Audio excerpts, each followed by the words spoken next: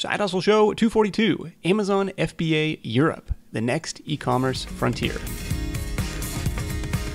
What's up? Nick Loper here. Welcome to the Side Hustle Show, because profit isn't a dirty word. Hat tip to Rich Og for that one. If you've got a why side hustle statement you'd like to hear in an upcoming episode, you can send those over by email to nick@sidehustlenation.com. So what are we doing today? We're learning about the e-commerce landscape in Europe, specifically tapping into the Amazon FBA program over there, Fulfillment by Amazon, and how you can do that really from anywhere in the world. If you're already selling on Amazon, this is worth paying attention to expand your market reach. And if you're not already selling on Amazon, I think this conversation with John Cavendish from FBAfrontiers.com will get you excited about what he's calling the next e-commerce frontier. He started his FBA business 3 years ago as a side hustle, and it's since become a full-time operation when he's selling dozens or hundreds of products every day. It's weird to think of Europe as an emerging market, but John says it's about 5 years behind North America in terms of e-commerce acceptance and prevalence. There's also 700 million customers, roughly, or potential customers, roughly twice the size of the United States and Canada. And at least right now, there's a lot less competition. So in this episode, you're going to learn how to get started selling physical products in Europe without ever stepping on a flight, John's product research process, and how to get past some of the unique hurdles of doing business in Europe. Notes and links for this one are at sidehustlenation.com/FBA Europe. And at that URL, you'll also be able to download the free PDF highlight reel summary of our conversation.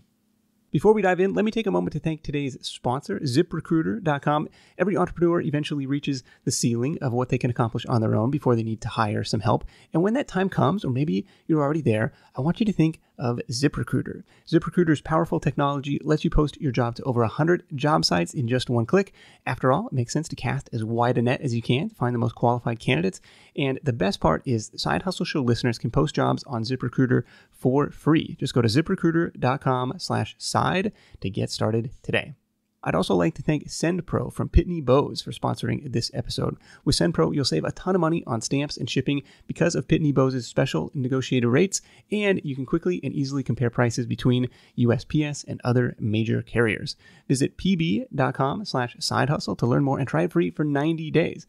After that, you'll get SendPro for just $5 a month. That's a third of the cost of stamps.com, and that special $5 rate is good for the lifetime of your SendPro subscription, but only when you sign up at pb.com. That's pb like peanut butter.com/sidehustle. Now, you'll notice John's English accent right away, so we started off by addressing the location question. Ready? Let's do it. You can run it from wherever you want. You can run it from Australia if you want to. I'm in the UK maybe 2 weeks a year, and I spend most of my time in Europe or Southeast Asia or wherever I want to be. So you definitely don't need to visit. Everything is done remotely, and you don't even need to have a European business. You can have an American business or a Hong Kong business or whatever you want. Oh, okay. So I can run things through my existing LLC and just have stuff shipped to Amazon's European distribution centers? Yeah. You just have to register your American LLC with the UK government. They'll give you a VAT and an EORI number, and then that's it. That's all you need to import stuff into the UK and sell in all of Europe if you're only holding inventory in the UK. What was the second thing? Basically, if you want to hold your inventory, so hold your products in the UK, you need to be registered for this sales tax, which is VAT. Sure. If you're registered for sales tax in the UK, you can sell to all of Europe as long as your inventory is held in the UK. Until Brexit is official in 2 years, right? Yeah, I mean, it depends on what comes out of Brexit, but it's 2 years away. Who knows? You can make $1 million in 2 years, and it'll be a good problem to have when you're making $1 million a year and you have to figure out how to get around it. All right, let's dive into some of the stuff we can work on, the regulatory requirements. Yeah. Down the road. Let's say, okay, so I'm an aspiring Amazon seller. I've in my personal case, I've dabbled in kind of the retail arbitrage, clearance arbitrage stuff, but haven't gone down the private label path. So let's say I'm just starting out, like, where do I go? How do I find, do you do product research, or do you start with the arbitrage stuff? What's your first move? That's interesting. I didn't know you'd done arbitrage. So all the problems that you were probably having with arbitrage will be so much easier, I'd say, with private label. Like, finding stuff which you can actually sell, because I know Amazon's gating up a lot of categories at the moment, or competing for the buy box. You don't have to do that if you're a private label seller. So it's really a lot easier once you've found your product, obviously. Okay. So say you're an American seller and you want to sell in Europe. If you're already selling in the States, selling a few things, the best place to start is what you've already got. If you know you've got a quality product that you're already private labeling. But if you wanted to start completely from scratch, then you just start off the same way, basically you would start off in the USA 5 years ago. I would still go for a mainstream product that sells well on European markets. What's going to qualify as mainstream? Let's walk through this research process. With Europe, I'd look at Europe rather than like as individual countries. Think of it as like states in America. Because if your product's doing, say, well in the UK, you want it to be doing okay in the other markets, or maybe it's doing well in Germany or well in France. And then you'll have this product that's doing very well overall. So when you start your research, start off in the UK or Germany, look at the top 100 selling products or 500 selling products. And then, this is sort of what you would do in the USA 5 years ago. Look for something that's doing medium volume. So say you're looking for barbecue tools and you find that's a good seller. It's obviously a good seller at this time of year, but not necessarily the whole year. You might see in the UK, the top ranking seller's got 70 reviews, and you click on their listing, they've got a BSR of maybe 300, which means that they're selling an insanely high quantity. Okay, so the BSR, so that's the bestseller rank, and so 300 would indicate this is the 300th best-selling product in that category, whereas number one is like the best-selling product in that category. Yeah. So you're looking at the barbecue tools. You look at the first few listings and you look at the bestseller rank for each one. And if there's a nice increasing number as you go down the list, then barbecue tools is a good keyword. It's a good search term that's selling a lot of volume through each one of these listings. Is there a minimum BSR that you're looking for, or minimum sales price that you're looking for at this point? I would always be looking for your first item to be definitely over £15, which is about $20 US. And you're looking for your top 3 products when you search to be under 2,000 BSR. So in the States, everyone will tell you 2,000 BSR is an insanely high number. But in the UK and Germany, 2,000 BSR is about what you're looking for your 3 products to be under to be moving good volume, somewhere between 20 and 50 units a day. Oh, wow, a day. Geez. Okay. A day, yeah. So you're aiming for something that's, you'd be able to do a minimum of 20 units a day, because 20 units a day is 600 units a month, which makes it a worthwhile product, but not too difficult to manage inventory. Once you start hitting these products which are doing 300 units a day, then it becomes a nightmare. Well, for me personally, trying to manage your inventory, because you're going to have 20,000 in stock, and it just becomes a headache and a half. But a good headache to have if you're making tens of thousands of dollars a month from one product. Sure. Okay. Do you know if the BSR is specific to that country store? So would it be different from Amazon UK, Amazon Germany? Yeah, exactly. So in terms of searching, they actually act like completely separate marketplaces. Although we'll talk about it later, when you control them all from one seller central account, just like you would in the States. So each marketplace has a completely separate BSR, and you're looking for the top 3 being under 2,000 in the UK, 2,000 in Germany, and then under 1,000 in France, Spain, and Italy. So they're the 5 European marketplaces, UK, Germany, France, Spain, Italy. And one seller central account is good for all these, or do you have to set up individual logins for all of them? So it's one seller central account, and then you have a little drop-down menu at the top where you can change between these marketplaces. It's all in English in the back end. That's helpful. And then the listings you have will be in different languages, but you just set them up with a translator, and then they're just sitting there, so it doesn't really matter what language it's in. Okay. So I'm on the Landman stainless steel barbecue tool set. It's a 3-piece set, although there are 4-piece. No, there are 3 things in the picture. One of them was like tongs, so I was confused. Thought that was 2 separate things. Okay, but the price is only £10. So this one automatically is going to get disqualified because it's not expensive enough. It's not expensive enough, but you probably include it in your research, just because the 2 under it, once you've done, I'm looking at the same thing as you now, are £30 and £23. You can include it in your research document, but obviously you won't be selling that type of set. You'll be selling one of the more expensive looking sets below. Okay, I see what you mean. Let's look at this 30-pound one, because this one is Prime eligible. It's a 14-piece stainless steel set. Yeah, so it's a 14-piece stainless steel set. It comes in a nice little box if you want to look cool with your barbecue tools. Yeah, that's right. Yeah, you could take this on the road, if you're grilling out. Yeah. This one has a seller's rank of $14.91 at press time in garden and outdoors. So that meets the criteria of being under 2,000, and it's got a price point of £30. Yeah, so that's a perfectly good product to add to your spreadsheet. you'd add this one to your spreadsheet, you'd add the one above with the too low price, you'd add the couple that's showing up below it. So you've got a nice sort of 5 listings in your sheet with numbers of reviews, whether it's Prime eligible, which means it's FBA, so it's in the Amazon warehouse. Okay. Because if it's not, if the fourth one here isn't Prime eligible, it means it's being shipped by a company outside of Amazon, a third-party seller, so from their own warehouse, which is a really good thing because usually FBA listings rank above FBM listings, which is what this is, fulfilled by merchant. So easier to get ahead of them. Okay, so you see that as an opportunity. Yeah. Because I can ship this through Prime, through Amazon's Amazon's fulfillment stuff. So I could potentially sell more, or customers like who, and I always do this too when I'm searching on Amazon, I check the little Prime eligible box. Yeah. And so, okay, so people will do that. So that's an opportunity. Okay. So you're putting the stuff into the spreadsheet, and this is just one example, to go down the barbecue tools category or keyword search. And you can do this in, any number of categories to see what you're looking for here. What comes next? All right. So next we'd evaluate this just in the UK to start with. So after our evaluation, we talked about it. The price is good. If you sell a 20 to 30 pound item, which a lot of these ones are when you scroll down, it doesn't fit the review numbers so well. So the top one has 273 reviews, second one 160, the third one 92.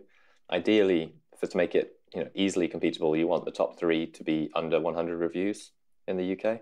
Okay. So these may be slightly high, but it's still good enough that I would take this to your next level, which is to say do your same research again in Germany. So you want to think, because we're thinking of Europe as like one big USA of Europe, different states. We then go to Germany, so amazon.de. So once you're on amazon.de, then again, we just search in English, barbecue tools. It's okay to search in English? Yeah, search in English to start with. So this is the best way to get the German keywords. So you search in English, and then you see the top couple of listings. It says grill Besteck. And grill Besteck is obviously the German keyword. Then you copy and paste that word and put that into the search bar. Oh, okay. I gotcha. Because they'll always rank in for the UK, for the English keywords, and then you can just find the German one from the listing and copy and paste it in. So once you do your grill Besteck search, then you can see the German listings. These are actually different brands. They've got some of the same, some different. But the top one here, which is €17.99 by Brosler, it's actually bestseller rank 246. So in Germany, they're really selling well, and they have far less reviews. So this is an excellent product to be selling in Germany at this time, but only at this time. It's got the orange like bestseller tag on it. Okay. Yeah, it's all exciting. This would be a really exciting product if you were searching in June, July, but probably not if you were searching in December, because no one's barbecuing in Europe in December. Sure. So this is kind of a seasonal thing. So it's doing really well now, but by the time fall rolls around, or by the time you get this thing actually manufactured, it's game over. Wait till next spring. Yeah. So, I mean, to be honest, I tend to stay away from these type of seasonal products, but this is a great example of what's selling well and what's possible right now. So yeah, then this is really good in Germany. You take all the data down. I'd already be excited about this one in Germany, just going through it now. And then you do the same thing in France, Italy, and Spain. So basically, as we went through, you do your UK research or your UK and your German research. You pick the ones which you think is worth going forward, and then you do all the rest of the European markets. Okay. Just by going to amazon.fr, .it, and .es. And what are you looking for on those other stores? Similar metrics, or same metrics? If something is like crazy out of line, high or low, what does that mean? It doesn't really matter. So high is always good. Low, if something is low, then it doesn't matter if it's just one of the marketplaces, because that'll only be 1/5 of your possible sales. And it could be there's just not something in that marketplace that that serves that customer yet. But the idea is you're looking for something that does really well in maybe 2 of the marketplaces, and then is just okay and the rest is fine. But that does do some sales. You don't want something that's completely dead in the other marketplaces, like if you're selling German flags or something like that. Probably not going to do as well in France as they would in Germany. That's basically what you do. Start to finish, that's a basic product research. You can also do other things that we cover in the course, which is, say, using USA products or using your own products and evaluating ones you already do. But they're basically the same criteria that you would use there, just searching from using your own products. Okay. Do you do this all manually, or do you use Jungle Scout, or what does that look like? You can do it, to be honest, all manually. I do use Jungle Scout. It's a great way of not having to go into every listing to look at the BSR and count the reviews. I wouldn't get too attached to the revenue numbers Jungle Scout shows for Europe because I don't think they're always bang on. Okay. But it's a great tool to use to just lift all the data rapidly and make your research a lot faster. Okay. Just the web plugin. Very, very good. Well, Greg has got a special deal on the software for us at junglescout.com/SHN. Okay, so now we've got our spreadsheet going and we say, okay, these look good in terms of, their throughput, how many units they're selling a day estimated based on their bestseller rank. Their reviews are low enough where I think I can compete. And the price is kind of in that sweet spot of the, 15 to 40 pounds to start with or something like that. Because otherwise you get really, really expensive and you're looking at a huge capital outlay on your first order. Then what do you do? Look for a supplier. So, well, we carry on doing this until we've got a list of maybe 10 or 20 products which are good opportunities. Okay. And then you can start looking for a supplier. So you can use a sourcing agent or you can go to Alibaba. I mean, there's a million different guides to this online, basically reaching out to suppliers, asking them for a lot of information. There's plenty of very good checklists that you can find on the internet, then getting samples. John, are you going down the path of saying, hey, this is a product that I found is selling well. I would like to create the exact same thing with my own brand? Or are you trying to tweak it a little bit to make it unique or better or different? Or you're just saying, hey, there's room enough to just where I'm going to carve out some sales from this other guy? You're definitely trying to make something better. So sometimes it can be as simple as finding a better product if there is one that isn't on the market yet. So in Europe, there are quite a lot of gaps that products that may have been introduced in the States just that haven't been introduced yet in Europe. Okay. So for those ones, you might be able to just find one, but it's always best to try and tweak it a bit, add something that's like extra value so that you've got a slightly better product than the competition. Okay. Is there an easy way to do that? Or would you just open up 2 tabs side by side and say, look, here's the bestsellers in Amazon.com. Here's the bestsellers in Amazon.co.uk and just look for ones that aren't available there yet? Yeah, no, you can do that definitely. But that's only once you've found that's a good product. So once you've found one, once you've decided with your spreadsheet that that's an opportunity in Europe, then you can go to the States and just type in the English keyword and see what comes up. I do that quite a lot, and it's a great way to figure out what people are selling. Okay. No, but I mean, to see what may already be selling well over here, like, hey, there's a proven demand or this is a popular product that just isn't available yet in Europe. That is doable. That just takes a lot more time. But yeah, that's definitely doable. But as you're saying, for differentiation is also a good way of doing it. So once you're looking for ways of tweaking your product, there's a good chance that someone in the States already tweaked that product in some way. So you can just go into Amazon.com, search for barbecue tools, and maybe there's one that includes a wire brush or something like that, something to clean the barbecue with. That'd be a good addition, and no one else is doing that in the listings we just looked at. Okay, I see what you mean. Just, using that as inspiration for the product tweaks and improvements. Yeah, definitely. What was your initial order size? Like when you were starting this out, what were you comfortable plunking down in terms of, your first bulk order? I put about $5,000 down for my first order, including shipment to the UK. Okay. When I started out 3 years ago. Yeah, not outrageous for getting into this e-commerce game, but not a small chunk of change either.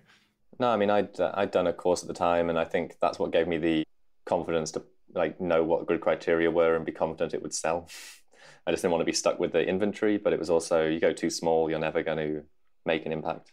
Did you find that this stuff sold right away, or were you sitting on that for a little while, or were you plowing everything back into more products? What happened after that? That was actually pretty amazing. So because the UK was just so much less competitive and still is so much less competitive, I think in the first 2 weeks I was on the bottom of page 1, and all I'd done is go out into the street and collect some email addresses of people that want free products.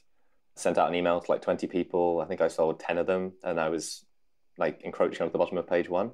But to be honest, in the UK, that was 5 to 8 sales a day. So nothing spectacular. I don't know, man. I'd be 5 to 8 sales a day just starting out. Yeah, it's good. It's good at the time. And I was like, wow, this could really make some money. So I went back to my initial supplier, got their whole catalog, and then did the product research based on my supplier's catalog, which is a great way of rapidly expanding your product selection once you found a good supplier you like to work with. Oh, okay. Hey, what else can you build? What else can you build that I think I could sell? Well, what else do you sell? Because all these guys have got massive catalogs of products they make. Yeah. So you just need to find out what else they sell, do all your product research in reverse from what they already sell. And that's a great way of just building a relationship with them, showing them you're serious, and then also finding great quality products. And did you find those guys through Alibaba or a different source? I usually find them through Google. Just searching for product, white label, product, private label, product wholesaler. Oh, okay. So Alibaba is a great resource as well. You tend to end up finding a lot of different traders on there as well as factories because they're the ones that speak the best English. Oh, okay. But it's still a good way best way to find a Chinese supplier. One thing we didn't touch on, we touched on the price point of a minimum of £15. Is there a minimum profitability, profit margin that you're looking for in that? Well, if it comes out, well, it's going to take £14 to get this thing landed in the UK. That's not going to work. No, definitely not. When you do profitability in the UK, it's similar to the US, but you also need to make sure you include sales tax. Sales tax for the UK is 20%, and that's flat on the top sales price. So if it's a £20 product, it's 20% of £20, so it's £4. So it's not insignificant. Like it's already baked into the price? Yeah, you have to make sure it's baked into the price. We actually have a calculator for that on our website at fbafrontiers.com/calculator. And there you can just put in your product cost in US dollars, your shipping cost to the UK, your final sale price, and then it'll work out how much sales tax you owe, what profit you'll make, and what percentage profit that is. And you're basically aiming for 30% profit minimum after sales tax, after everything. So it's up to you to actually declare and pay your sales tax to the UK government. So for that, you just use an agent in the UK. So we have some agent recommendations on our website at fbafrontiers.com. Yeah, so there's a little bit more of a, call it a regulatory or a red tape burden because you got to do this VAT. And is that the same as sales tax? Yeah, sorry, VAT is sales tax. It's value added tax, I think. Okay, so Amazon is collecting this on your behalf, or it's baked into the price, but you just have to kind of set that aside, knowing, hey, that's not my money. I'm gonna have to pay that to the government. Yeah, so Amazon just wash their hands of it and just say, you're collecting it, you pay it. It's up to you to make sure you pay it because they don't want any trouble because the UK government's trying to go after them for all their unpaid sales tax at the moment because they're Sure. trying to avoid it. Okay. So Billions it's a seller of pounds. responsibility. Yeah. And then you hire just somebody to take care of that for you and say, hey, this is what I sold. So they have access to your books and say, this is how much you owe. Yeah. So the registration, if you've got a US business, starts at about £250. And there's a link on our site and that's it. You just get them to do it for you and then you're registered. So you're ready to sell in the UK. 250 one-time fee or like quarterly, annually? So it's a one-time fee of $250 to register, and then there's a quarterly fee of £110 to file once you're making sales. So it's it's a small fee per year, but once you start making sales, it just kind of gets rolled up into everything else, and it's great because having a barrier to entry means that you don't get all of these sellers that you get in the States who are trying to compete for rank by dropping their price super low to below break even, and then just sort of destroying the marketplace for everybody else. Because you've paid this little amount, you paid this money to register. There's less people just in there for one time and then blowing out of business 3 months later. Okay, that makes sense. A little bit of a barrier to get people in the door. Barriers are always good. Yeah, it's like good and bad because it's like, well, shoot, now I gotta be serious about it, right? If I'm gonna put down this money to register or at least register my existing company over there, and then if you were just a sole proprietor, could you do that? Or do you have to register a US like LLC first and then sign that up? Or could you say, hey, I'm Nick Loper, sole proprietor selling in Europe? Well, if you had an English accent and you were English Nick Loper, yes, you could. But as an American, you'll need an LLC. Okay, fair enough. Nick Loper's English cousin. I'm an accent chameleon, man. If you get me over, I'll probably be slipping into it by the time of this conversation is over. So yeah, and then just I'd then using to roll your investment forward, like you were saying before. So for the first year, basically for the first year, I rolled my investment forward. Launched one product, rolled out another 4 with my supplier, waited a few months, hired somebody to help me out, and then I just rolled out another 10 products, and like very rapidly grew my monthly revenue month on month like that. So you're taking the profits that you're earning and just plowing it back into more inventory. More inventory, new products, PPC, advertising, yeah, everything. Okay. Just pushing. Have you run into any issues or something you wish you knew when you were starting out with either in terms of red tape and dealing with all these different countries or in terms of dealing with manufacturers? I'm curious to hear, what, if anything, has been a painful mistake for you. So many lessons learned. I mean, I think my most painful mistake was starting out, this was a side hustle when I started out and wanting to spend as little money as possible and not doing the proper legal checks on my initial company name. with this proper trademark checks and what people could object to when I tried to register trademarks. And that was my most expensive, painful mistake, changing the company name the way into selling. And luckily that went through fine, but that was a painful mistake. So having to redo like all the packaging and branding and stuff? Yeah. I'm just changing it very slightly, but changing it so that people couldn't object. Okay. I wasn't actually infringing anyone's trademark, but it was just a small amount of something that they could object to, and they did. And it was just a painful thing. I definitely now get a trademark attorney to definitely check after my first product. Once it was making some money, use that money to get the trademark checked, or even checked before I start at all. Now I get everything checked before I start, and it's definitely worth doing. Okay, fair enough. Is there a centralized database like we can go on the U.S. Patent and Trademark Office and search if there's any trademarks? Is there something similar for Europe? Yeah, so I definitely check the US one and then check the UK one. Just search for UK trademark check, and it comes up with a gov.uk website, and you can just type in your terms, click search, and it'll tell you. Okay. Does your inventory all live in the UK warehouses, or have you got it all? I mean, this is also new to me. Do you have it all over the continent too? I've got some things just in the UK and some things all over the continent. So if you're registered for sales tax in the UK, you can just keep inventory in the UK. And then if you want to keep inventory in other countries, you have to register for sales tax there. Once you're selling in the UK and exporting, once you've sold a certain amount to each one of these other markets and Amazon shipped it there for you, then you're going to have to register for VAT there once you've passed a certain threshold. But this threshold is like 100,000 euros a year in Germany and 35,000 euros a year in every other country. Okay. So once you've done that, then you have to register for sales tax there, and then you can keep inventory there. Okay, interesting. But so for just starting out, you can still sell on Amazon Italy, Amazon France from the UK warehouse. Yeah, and Amazon charge you about £1 extra fulfillment per unit. That's it? Yeah, it's crazy. Like I can ship something from UK to Italy and it costs me like €3 or something like that. Wow. That's okay. That's super cool. And then once you pass the thresholds, you register, and then you can register for the Amazon's new thing, which is called Pan-European FBA, which is where you don't pay this fee, and Amazon you still send all your inventory to the UK or wherever you want to, and then Amazon will move it around for you in the way they predict where it's going to sell. So they'll be randomly moving your inventory all over Europe all the time, which is what I'm registered for now. Huh. Okay. And the advantage of that is just like it's closer to customers, and so they get it faster, or you save on that euro or two shipping fee to send it to Italy? Yeah, you save on the euro 2 shipping fee, and a customer gets it faster. So it's good in both ways. I mean, it costs current costs for me are about €500 a month to do that. But we're selling maybe €6,000 a month outside of the UK, so it saves a load of money. Oh, okay. So once you're selling more than 500 a month outside of your home market, then it starts worth registering that other marketplace as well. Okay. But yeah, once you're doing that kind of volume, the 500 a month's just a business expense, same as everything else. So you don't touch any of this stuff. Like did you order samples first, or did you just like, hey, whatever, I'm doing the £5,000 or $5,000 order and it's going straight to the warehouse? I got samples. Yeah. So you get samples, you check it out. If it's coming from China, you then get the factory inspected. I'd make sure somebody checked my inventory before it even leaves China. Okay. We cover some of those things in our sourcing section, but there's plenty of amazing free resources online to do with sourcing.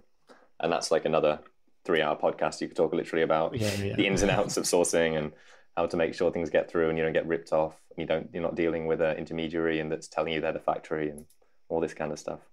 Okay. But yeah, so send the inventory in, started selling 5 to 10 a day in month 1. I think I was doing about 20 a day by the end of month 2, maybe 150 a day by the end of year 1. And yeah, it's just been growing and growing since then. Man, that's awesome. It was all a side hustle. At what point did you say, okay, I'm going to go full time into this? Well, I was working as a consultant, but like a contractor. So I was doing, 3 to 6 month contracts based with companies. So once my contract came to an end about 8 months after I started selling on FBA, I just decided, I'm not going to get another contract now. I'm just going to concentrate on this and try and grow it as big as I can. And the rest is history. The rest is history.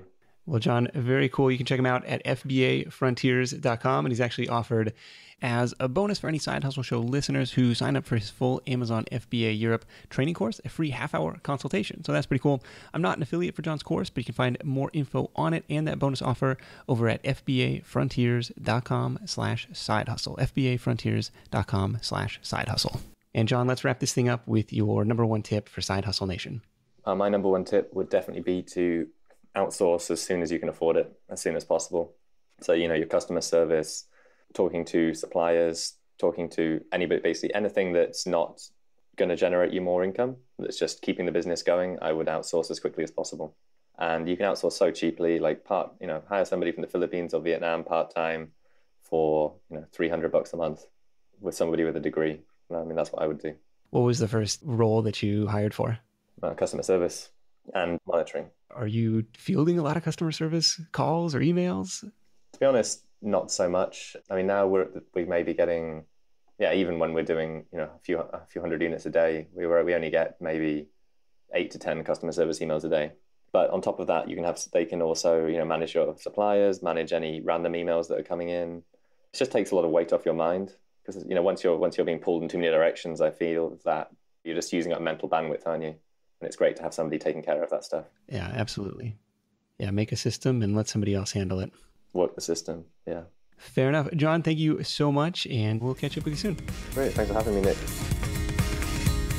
This edition of The Side Hustle Show is brought to you by ZipRecruiter. And John's number one tip to begin outsourcing as soon as you can afford it was the perfect lead-in for this, because what is outsourcing but hiring somebody else to help you out? And that's where ZipRecruiter comes in. With ZipRecruiter, you can post your job to 100 plus job sites with just one click. Then their powerful technology efficiently matches the right people to your job better than anybody else. Unlike other job sites, ZipRecruiter doesn't depend on candidates finding you. Instead, it goes out and finds them.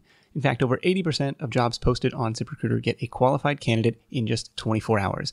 That means no more juggling emails or phone calls. Simply rate, screen, and manage all candidates in one place with ZipRecruiter's easy-to-use dashboard. Find out today why ZipRecruiter has been used by businesses of all sizes to find the most qualified job candidates with immediate results. And right now, Side Hustle Show listeners can post jobs on ZipRecruiter for free. Just go to ZipRecruiter.com/side. That's ZipRecruiter.com/side. And one more time, to try it for free, go to ZipRecruiter.com/side. All right, my top takeaways from this call with John. Number one, go where the cash is already flowing. Obviously, a common theme on the Side Hustle Show, but John has taken this to heart and put his products in front of Amazon's large and growing audience of buyers, and he laid the groundwork for how you can do the same. Now, one thing we didn't mention was that even though there are currently only 5 Amazon country-specific stores in Europe, they ship to, I think, 22 or 23 different countries throughout Europe. So through that network, they reach a huge percentage of the population. Takeaway number 2 is to do your homework. Since this is a capital-intensive business, you want to make sure you've done the research to the best of your ability before making any bulk order. Use the criteria John laid out for determining market demand, use his calculator for determining profitability, and use the US Amazon store for inspiration on how you might be able to improve upon the products that are already out there. So that's takeaway number 2, do your homework. But that leads into takeaway number 3. It's still going to be a leap of faith, and there's still going to be risk involved. At a certain point, you just have to be comfortable with that, or in most cases, probably learn to live with that discomfort. And I think that's probably true in any business. Risk-free profits are always going to be hard to come by, and e-commerce has a lot of moving parts to it. A $5,000 first bulk order is a pretty sizable investment. But then on the flip side of that, to be able to quit your job 8 months later, I think demonstrates the risk and then the potentially outsized rewards that come with it. I think it demonstrates the power of the Amazon marketplace right now too. So be sure to hit up sidehustlenation.com/FBA Europe to check out all the links and resources mentioned, as well as to download that PDF highlight reel summary from this conversation. If you like what you hear on The Side Hustle Show, why not hit the subscribe button in your podcast player app? That way you'll never miss an episode, and each week more Side Hustle goodness will automatically beam to your device. That's it for me. Thank you so much for tuning in. Until next time, let's go out there and make something happen, and I'll catch you in the next edition of The Side Hustle Show. Hustle on. Thanks for listening to The Side Hustle Show at www.sidehustlenation.com.